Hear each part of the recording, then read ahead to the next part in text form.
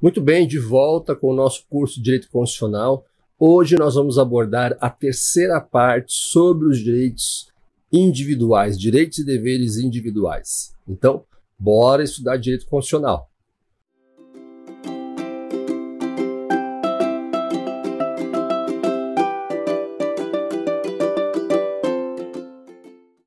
OAB 2008-3. Segundo a Constituição Federal de 1988, o sigilo das comunicações telefônicas. Vamos ler todas as alternativas.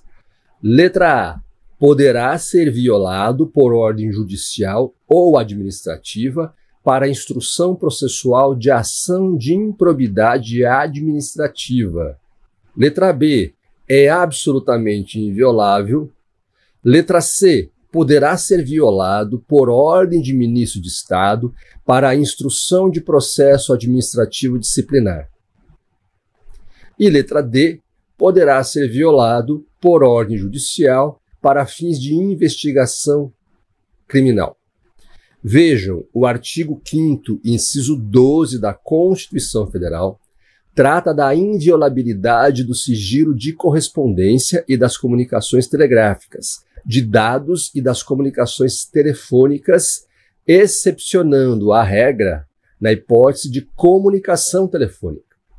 A Lei 9.296 de 1996 regulamenta a parte final desse dispositivo, autorizando a interceptação de comunicação telefônica de qualquer natureza, desde que para constituir prova em investigação criminal ou instrução processual penal. O comando constitucional faz alusão expressa à ordem judicial. Então, a letra correta é a letra D. Por quê? Poderá ser violado por ordem judicial para fins de investigação criminal. OAB 2008-3. É correto afirmar que a lei penal... Vamos ler todas as alternativas. Alternativa A. Não retroagirá, salvo para beneficiar o réu. Alternativa B. Retroagirá, salvo disposição expressa em contrário. Alternativa C. Não retroagirá, salvo se o fato criminoso ainda não for conhecido. Letra D. Retroagirá, se ainda não houver processo penal instaurado.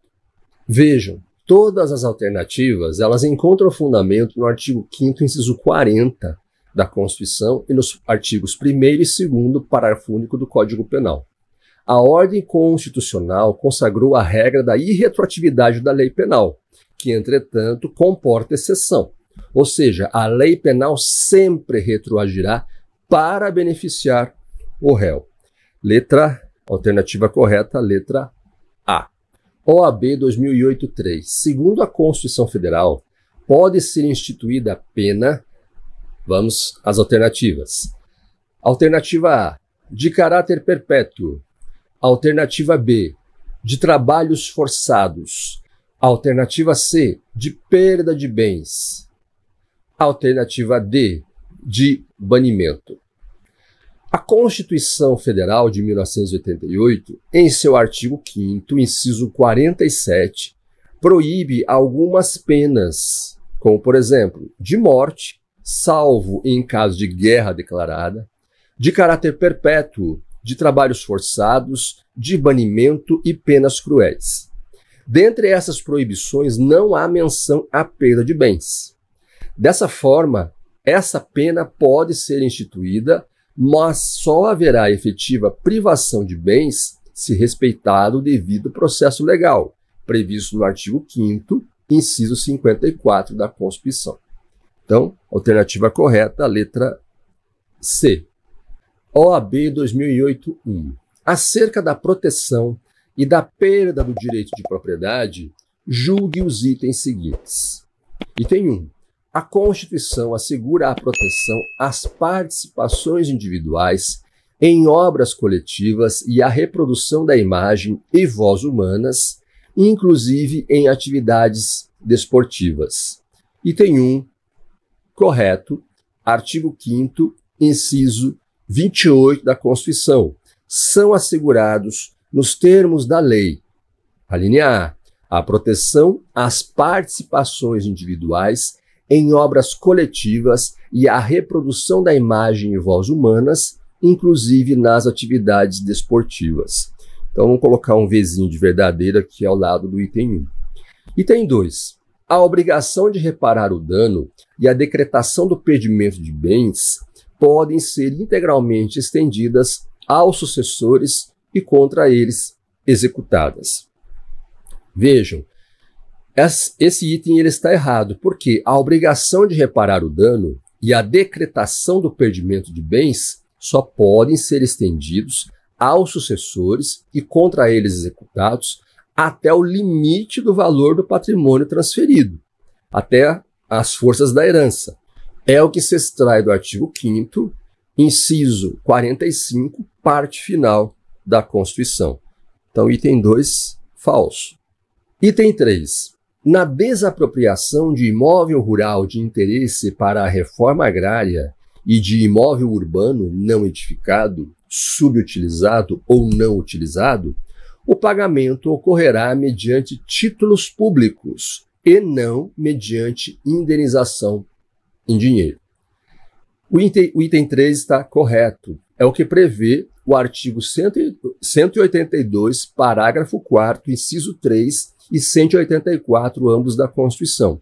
Diz o 182. A política de desenvolvimento urbano, executada pelo poder público municipal, conforme diretrizes gerais fixadas em lei, tem por objetivo ordenar o pleno desenvolvimento das funções sociais da cidade e garantir o bem-estar de seus habitantes. Parágrafo 4º. É facultado ao poder público municipal, mediante lei específica para a área incluída no plano diretor, exigir nos termos da lei federal, do proprietário do solo urbano não edificado, subutilizado ou não utilizado, que promova seu adequado aproveitamento, sob pena, sucessivamente, de, inciso 3, desapropriação com pagamento mediante títulos da dívida pública, de emissão previamente aprovada pelo Senado Federal, com prazo de resgate de até 10 anos em parcelas anuais, iguais e sucessivas, assegurados o valor real da indenização e os juros legais.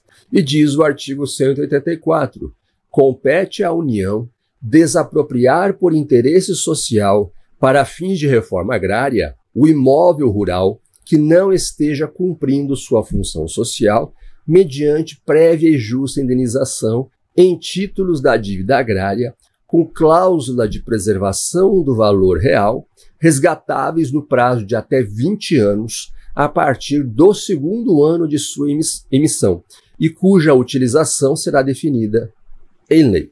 Então, o item 3 é verdadeiro. E o item 4? Aos autores pertence o direito exclusivo de utilização, publicação ou reprodução de suas obras, transmissível aos herdeiros em caráter permanente. Item 4, falso, porque dispõe a Constituição Federal que o direito é transmissível aos herdeiros pelo tempo que a lei fixar. Está lá no artigo 5º, inciso 27. E o que diz o inciso 27? Aos autores pertence o direito exclusivo de utilização, publicação ou reprodução de suas obras, transmissível aos herdeiros pelo tempo que a lei fixar. Então, estão corretos apenas os itens 1 e 3. Alternativa correta, letra A. Seguindo, OAB 2008-1, segundo a Constituição de 1988, constitui crime inafiançável e imprescritível. Vamos ler todas as alternativas. Alternativa A, a prática da tortura. Alternativa B, a prática do racismo. Alternativa C, o tráfico ilícito de entorpecentes e drogas afins. Alternativa D, o definido em lei como hediondo. Dentre os crimes mencionados aqui na questão, apenas a prática do racismo é considerada crime inafiançável e imprescritível. É o que se depreende da leitura do artigo 5º, inciso 42 da Constituição Federal. Então, a alternativa correta, letra B. Próximo. FGV 2013. Com relação às liberdades de expressão e de comunicação definidas na Constituição, analise as afirmativas a seguir. Item 1. A publicação de matéria jornalística cujo conteúdo divulgue observações em caráter mordaz ou irônico ou veicule opiniões em tom de crítica severa dirigida contra uma figura pública, caracteriza, na jurisprudência do Supremo Tribunal Federal, violação de direito da personalidade apta a ensejar a reparação por dano moral. Item 1, errado. De acordo com o STF, abre aspas, não induz responsabilidade civil a publicação de matéria jornalística cujo conteúdo divulgue observações em caráter mordaz ou irônico ou, então, veicule opiniões em tom de crítica severa, dura ou até impiedosa, ainda mais se a pessoa a quem tais observações forem dirigidas ostentar a condição de figura pública, investida ou não de autoridade governamental, pois, em tal contexto, a liberdade crítica qualifica-se como verdadeira, excludente, anímica, apta a afastar o intuito doloso de ofender. Fecha aspas, decisão do ministro Marco Aurélio em agravo de instrumento. Item 2. O Supremo Tribunal Federal já decidiu que a exigência de diploma de curso superior para o exercício da profissão de jornalista não foi recepcionada pela Constituição de 1988. O item 2 está correto.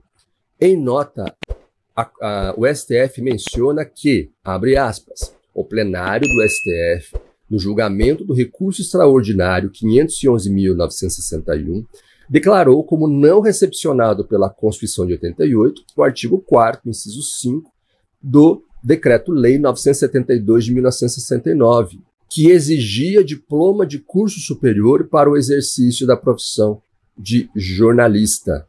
Guarda esse decreto. Decreto-Lei 972 de 1969. Inciso 3. O Supremo Tribunal Federal já decidiu que a criação de uma ordem ou conselho profissional para a fiscalização do exercício da atividade jornalística configura controle prévio e censura às liberdades de expressão e de informação. Item 3, também correto. Segundo o Supremo, o jornalismo, abre aspas, o jornalismo é uma profissão diferenciada por sua estreita vinculação ao pleno exercício das liberdades de expressão e de informação. O jornalismo é a própria manifestação e difusão do pensamento e da informação de forma contínua, profissional e remunerada. Os jornalistas são aquelas pessoas que se dedicam profissionalmente ao exercício pleno da liberdade de expressão.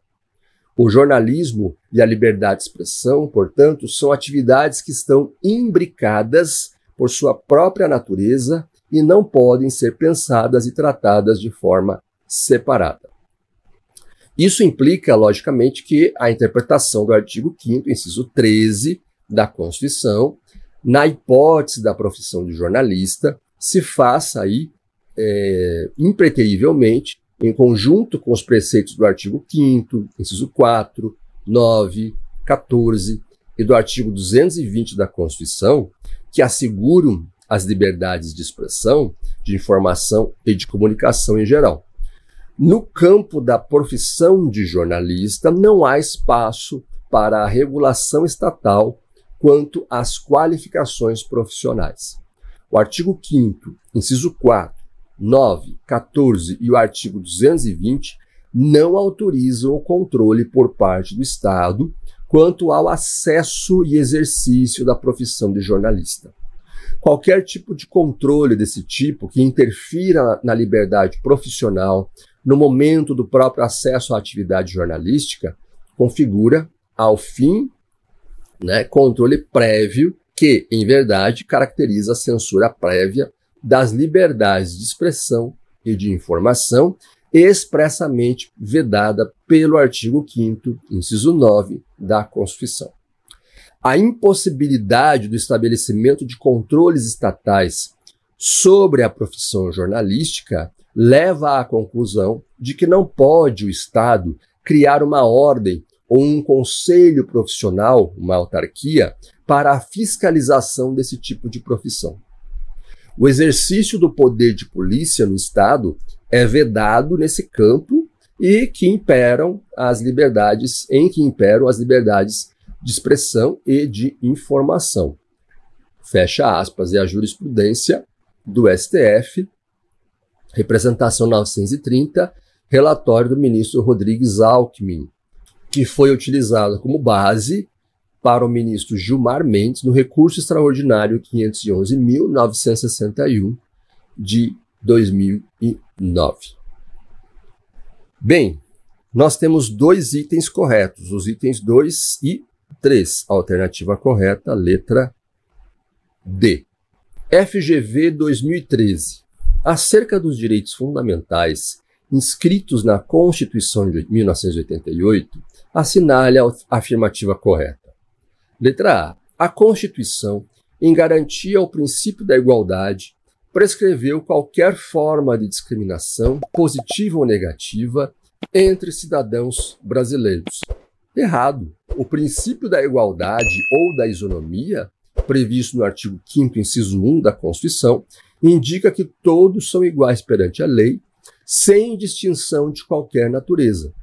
A realização efetiva da justiça busca o tratamento igual para os iguais, mas para tanto é preciso dar tratamento desigual aos desiguais, na exata medida das suas desigualdades. Isso tem como objetivo a superação da igualdade meramente formal perante a lei e o alcance da igualdade material, que é a real. Letra B. A previsão de exame psicotécnico em edital de concurso público supre a exigência de previsão em lei. Letra B. Errado. Conforme determina a súmula 686 do STF, só por lei se pode sujeitar a exame psicotécnico a habilitação de candidato a cargo público. Desse modo, a previsão no edital do concurso não supre essa exigência legal. Letra C. O exercício de qualquer ofício ou profissão está condicionado ao cumprimento de condições legais para o seu exercício. Alternativa C, incorreta. O exercício da profissão é livre, mas pode ser condicionado a exigências caso haja lei nesse sentido. De acordo com o artigo 5º, inciso 13 da Constituição Federal, é livre o exercício de qualquer trabalho, ofício ou profissão, atendidas as qualificações profissionais que a lei estabelecer. Essa norma é classificada como norma de eficácia contida ou restringível, ou seja, produz a integralidade de seus efeitos de forma ampla, mas que oferece a possibilidade de uma outra norma infraconstitucional restringi-los. Letra D. O uso de algemas só é lícito nos casos de prisão em flagrante. Errado. Conforme determina a súmula vinculante número 11 do STF, só é lícito o uso de algemas em casos de resistência e de fundado receio de fuga ou de perigo à integridade física própria ou alheia por parte do preso ou de terceiros, justificada a excepcionalidade por escrito, sob pena de responsabilidade disciplinar civil e penal do agente ou da autoridade e de nulidade da prisão ou do ato processual a que se refere sem prejuízo da responsabilidade civil do Estado. Letra E. A publicação não consentida da imagem do indivíduo utilizada com fins comerciais gera dano moral reparável, ainda que não reste configurada situação vexatória. Letra E. Alternativa correta. Determina a súmula 403 do STJ, que independe de prova do prejuízo a indenização pela publicação não autorizada de imagem de pessoa com fins econômicos ou comerciais.